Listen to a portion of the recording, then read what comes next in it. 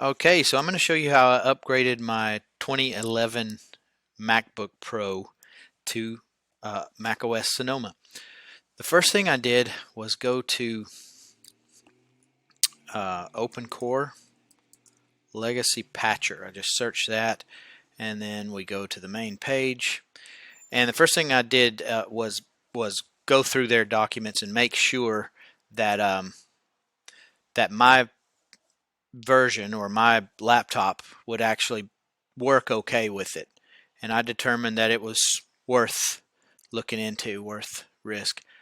So I looked and I just followed these instructions here that says download and build the macOS installer. So first thing I did was install the legacy patcher on one of the MacBooks that I have.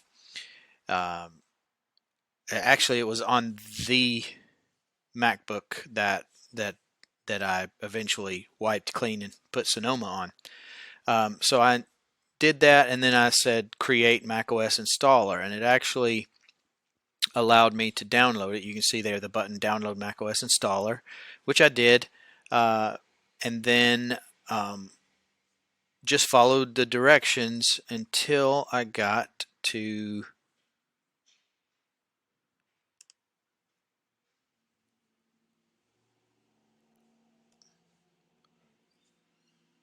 yeah.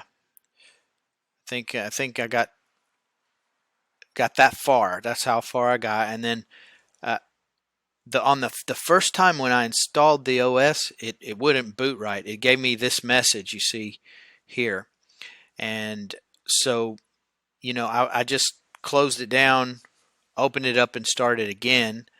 I didn't reinstall, but I just rebooted, and this time when it went through, it worked just fine. And then once I got it booted, I'll show you the rest of the things that I did. And at one point, I tried rebooting um, without the USB installer disk in the computer. And I didn't know at the time that that is what actually had the OpenCore on it. So it wouldn't boot. It just gave me this flashing message here. So I'll share with you here how I dealt with that. If you boot without your OpenCore USB at first, so I've just installed Sonoma on this old early 2011 MacBook Pro and took the USB out, and the system won't boot. It just shows this folder. So I'm going to put the USB back in the laptop. Laptop is shut down at the moment. I'm going to turn it on. We'll hear the beep, and I'm going to hit option.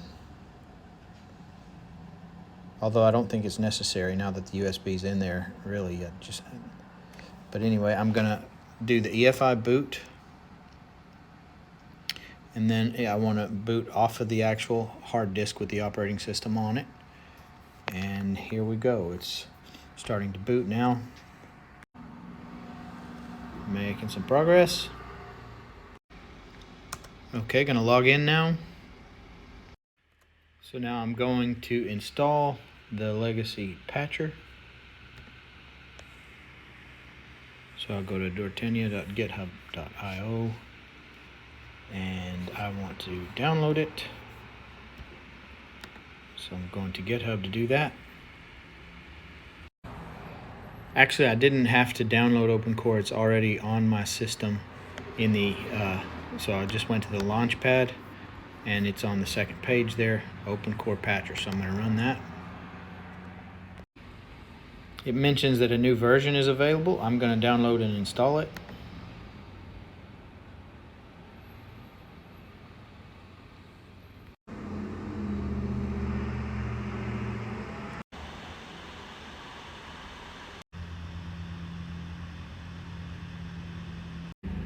And so I have to give it permissions.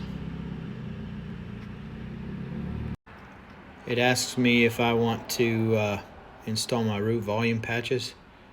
I haven't really done those yet, but I guess I'll go ahead and say yes and let it do what it's going to do.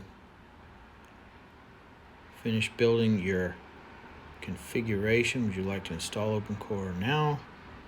Yes, install to disk. I want to install it first to my external disk because it's on the previous version. So I'm going to go ahead and install it on there first.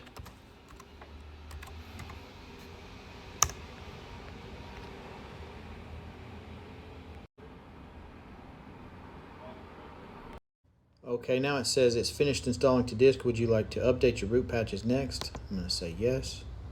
Post-install menu, fetching patches for host. Available patches, graphics, Intel Sandy Bridge, networking, modern wireless, miscellaneous, legacy keyboard backlight. Root volume last patched 1.2 November 11th. Start root patching. OpenCore legacy patcher has to restart as admin, so I'm going to say yes.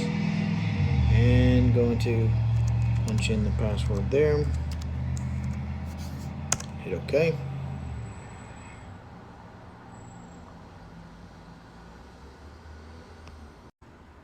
Okay, it says it's patching the root now.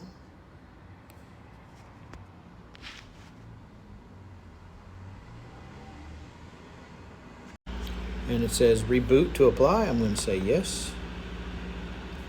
And I'm going to restart. I'm going to leave the USB in and start with that. Once I successfully reboot with the USB, then I'll see about installing it onto the hard drive if it hasn't been done already, and then I'll take it from there.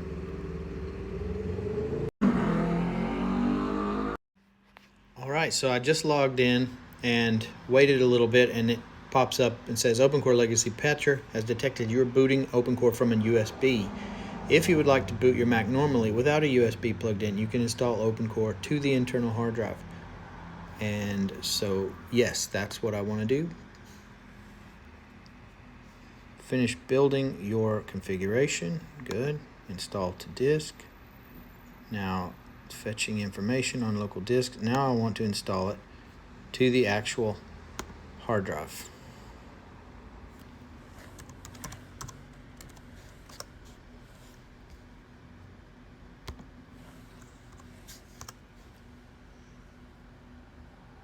And it's installing now.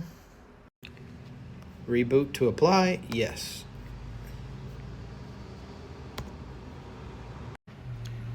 While rebooting at the chime, I held Option to get the boot menu. At this point, I'm going to take the USB out. And then I'm just going to let it boot straight off the OpenCore EFI boot off. And then it'll automatically choose the only drive that currently is available on my system anyway, and it will boot off of that. Now I'm logging in, and there you have it. My MacBook Pro 2011 running on Sonoma. So what's it worth to be able to get that many years out of a laptop and still be able to use the thing? It's pretty awesome.